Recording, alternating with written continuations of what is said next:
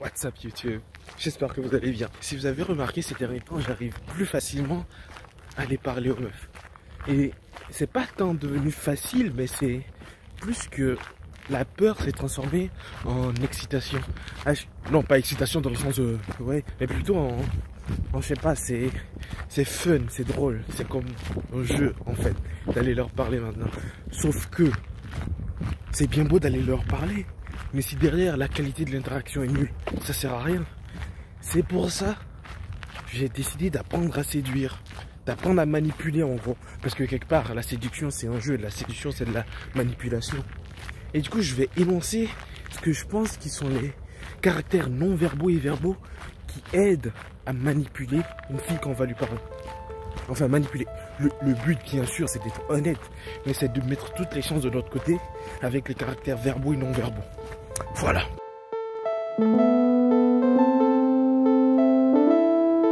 Je vais donner 6 points. Le premier point, qui est un caractère verbal, c'est la voix et le timbre et le rythme de la voix. Est-ce que vous avez remarqué que dans les vidéos où je enregistre juste l'audio, parce qu'il n'y a personne pour enregistrer la vidéo, en gros, je parle super rapidement, je pose beaucoup de questions et j'ai une voix de faible. Et en fait, maintenant, je vais essayer, quand je vais parler, de parler plus lentement, de poser moins de questions et de parler avec une voix un peu plus grave, parce que ma voix de faible là...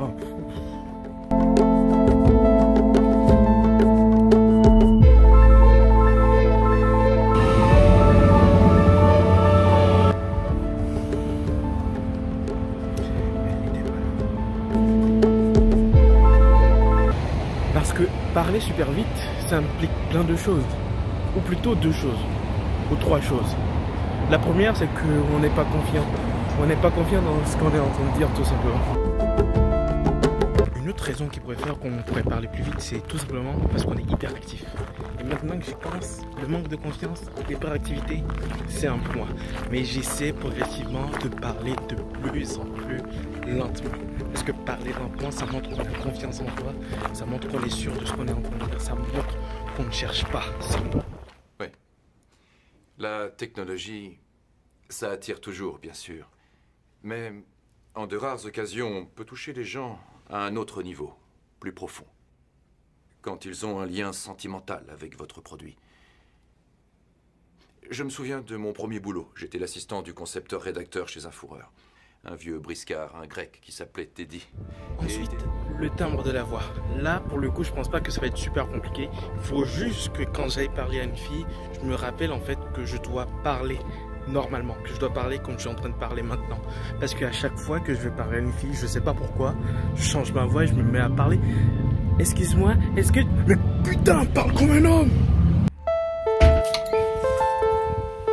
Ensuite, ça va vous sembler évident, mais le sourire. Toujours sourire.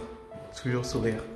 Quand tu approches une personne et que tu souris, ça te donne tout de suite un aspect plus amical, plus ouvert, et sera beaucoup plus enclin à t'écouter et à être plus ouverte à ce que tu vas dire en fait.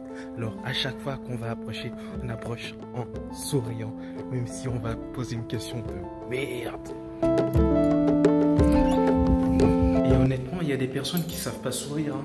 Et honnêtement, il y a des personnes qui savent pas sourire. Mine de rien, ça s'apprend. C'est pour ça qu'il faut aller derrière un miroir là, ici, et juste sourire. Bon, parfois il y a les sourires où tu vois les dents. Parfois il y a les sourires où tu vois pas les dents. Franchement, je sais pas c'est quoi mon meilleur sourire. Et je m'en bats un peu les couilles. Il faudrait que je le trouve, c'est vrai, pour optimiser. Mais bon, c'est en détail. Le plus important, c'est juste de sourire.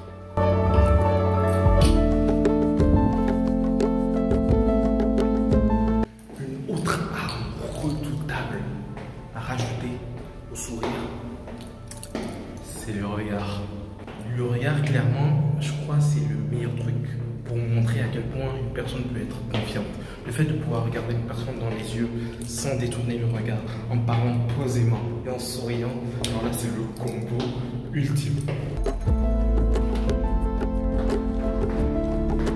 J'ai mes affaires pour aller terminer de faire la vidéo dehors. Et du coup, comme je disais, un point très important, c'est le regard. Être en mesure de pouvoir regarder la personne dans les yeux sans avoir peur. c'est très important. Et au début, j'avais extrêmement du mal à regarder les gens dans les yeux, mais plus le temps est passé, plus j'ai commencé à kiffer le faire. C'est juste trop bien en fait, quand tu fixes les gens dans le regard, jusqu'à attendre de voir c'est qui le premier qui va lâcher le regard. C'est un peu comme un jeu. J'ai aussi appris quelque chose de très intéressant qui va vous permettre en fait de dupliquer le pouvoir de cet arme qu'est le regard en fait. En fait, le cerveau est divisé en deux parties. Il y a le cerveau droit et le cerveau gauche. Le cerveau droit est responsable de tout ce qui a trait aux émotions et aux sentiments. Le cerveau gauche, lui, il s'occupe de tout ce qui est rationnel, logique, les sciences, etc.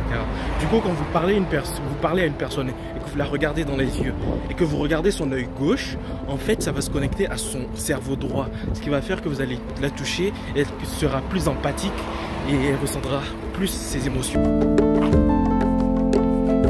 Du coup, n'oublie pas, la prochaine fois que tu vas parler à une fille et que tu veux toucher son cœur, eh bien regarde-la dans son œil gauche.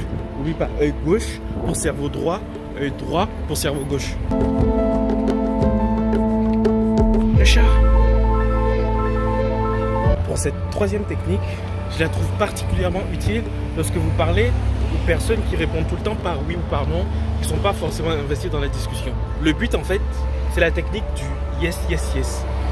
Ou du yes, yes, yes, yes, yes. Bref, c'est la technique du oui. Vous posez des questions où vous savez que la personne va répondre oui. Elle répond oui, une fois elle répond oui, deux fois elle répond oui, trois fois, maximum 5 fois je dirais, sinon après ça devient trop bizarre. Et derrière vous posez une question où vous demandez ce que vous voulez. Est-ce que tu veux sortir avec moi? Est-ce que tu veux m'embrasser? Je sais pas. Tu poses une question à laquelle elle sera enclin en fait de répondre oui à cause de l'entraînement que tu as fait subir à son cerveau lorsque tu lui as fait répondre à toutes les questions par oui, oui et oui.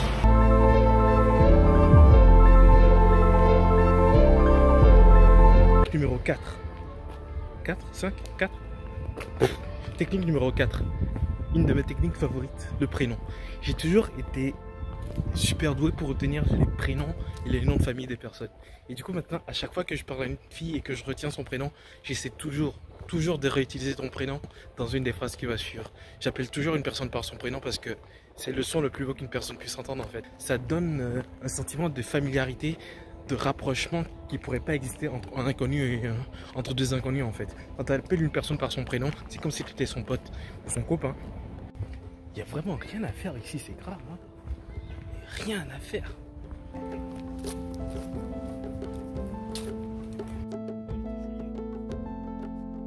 Maintenant, le cinquième point. Et celui-ci aussi, je pense que vous en avez déjà entendu parler, c'est la synchronisation.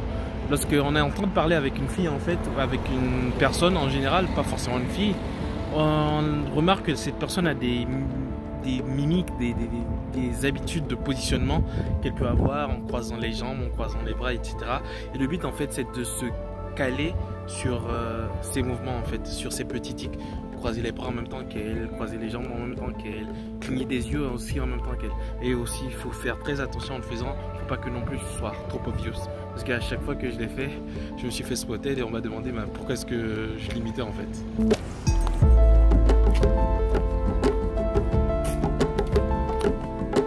Je vais donner un autre point et je me suis rendu compte en fait, j'ai donné 6 points là en fait. C'était pas 5, j'en ai donné 6. Et du coup, je vais m'arrêter là parce que j'avais dit j'allais en donner 6 et pas 7 parce que j'ai dit 6. Du coup, je n'en donne pas plus.